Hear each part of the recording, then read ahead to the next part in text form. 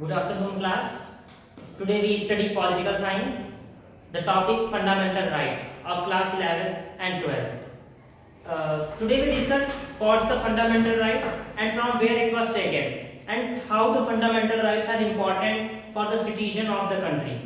जैसा कि हम सभी जानते हैं कि फंडामेंटल राइट्स हर सिटीजन की जरूरत है और हर कंट्रीज के कॉन्स्टिट्यूशन ने अपने सिटीजन को फंडामेंटल राइट की गारंटी दी हुई है।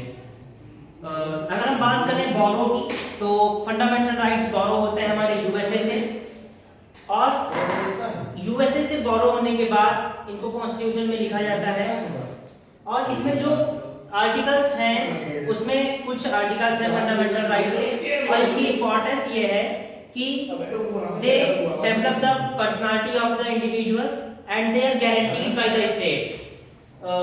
First of all we discuss the right to equality, ये डील करता है article 14 to 18। Then second is right to freedom, ये आता है हमारा 19 टू आर्टिकल 22 तक।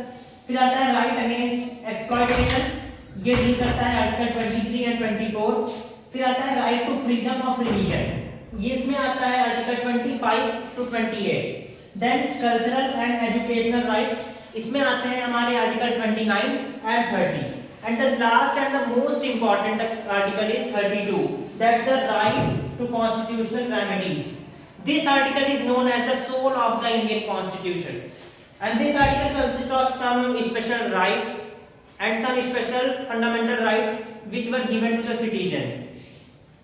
In this lecture, we only discuss one by one articles. The first topic we discuss right to equality. That's article 14 to article 18.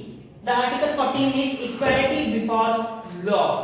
It means every single citizen is equal in the eyes of law.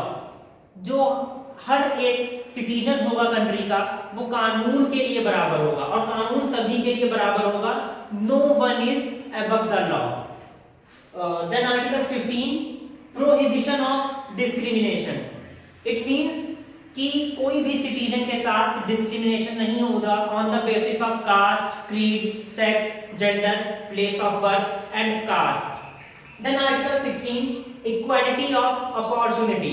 It means the every citizen have equal opportunity to participate in many other activities of the nation. Just like we take the example of government jobs. The government gives equal opportunity to all the candidates who are preparing for government jobs. They give the equal opportunity to all the citizens. हम सभी जानते हैं कि government सभी को equal opportunity देती है। जैसे कि मैं अभी आपको पढ़ा रहा हूँ तो आपके पास इक्वल अपॉर्चुनिटी है पढ़ने की। ऐसा नहीं है कि किसी एक बच्चे को ज़्यादा लेक्चर डिलीवर कर रहा हूँ या फिर मैं उसको अलग से पर्सनली पढ़ा रहा हूँ। तो इसमें इक्वल अपॉर्चुनिटी दी जाती है हर सिटीजन को कहीं ना कहीं पार्टिसिपेट करने की या जॉब करने की। हम अपने मन से अपनी जो चीजें हैं वो चूज कर सकते हैं।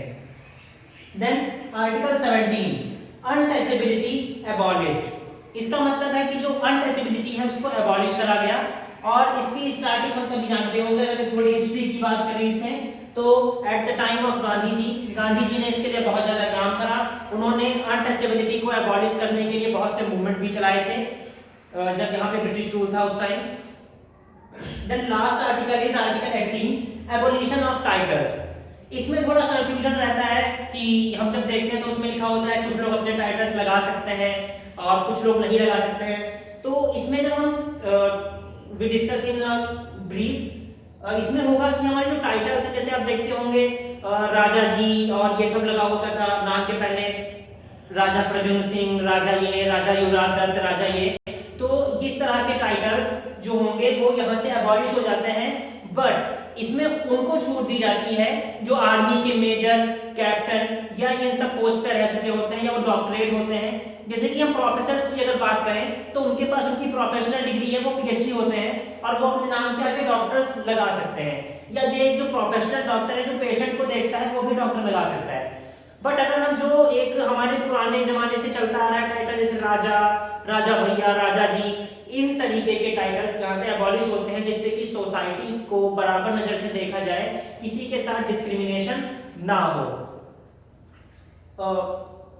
आर्टिकल 32 की अगर बात करें, यहाँ पे मैं इसलिए डायरेक्ट आ रहा हूँ क्योंकि it's the most important article of the constitution.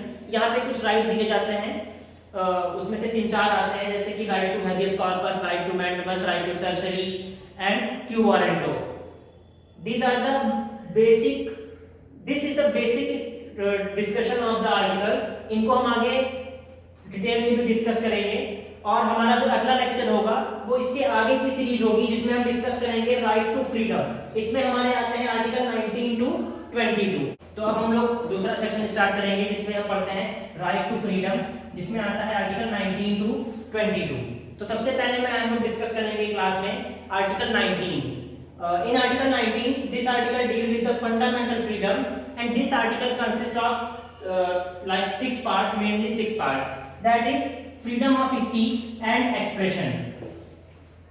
इसमें ये होता है कि हर सिटीजन को बोलने का और एक्सप्रेशन का, अपने व्यूज एक्सप्रेस करने का राइट होता है।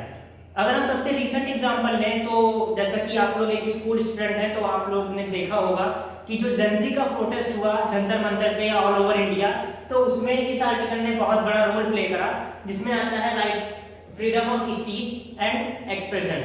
सारे स्टूडेंट्स ने अपनी आवाज उठाई और जो paper leak and so on जितनी भी प्रॉब्लम्स थी उससे गवर्नमेंट को अवेयर कराया।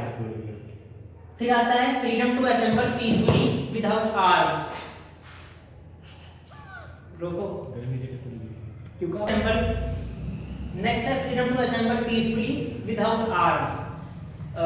इसका भी हम एग्जांपल देख सकते हैं जंतर मंतर से ही, क्योंकि जो प्रोटेस्टर्स थे उनके हाथ में कहा गया था कि आर्म्स नहीं होने चाहिए, हथियार नहीं होने चाहिए।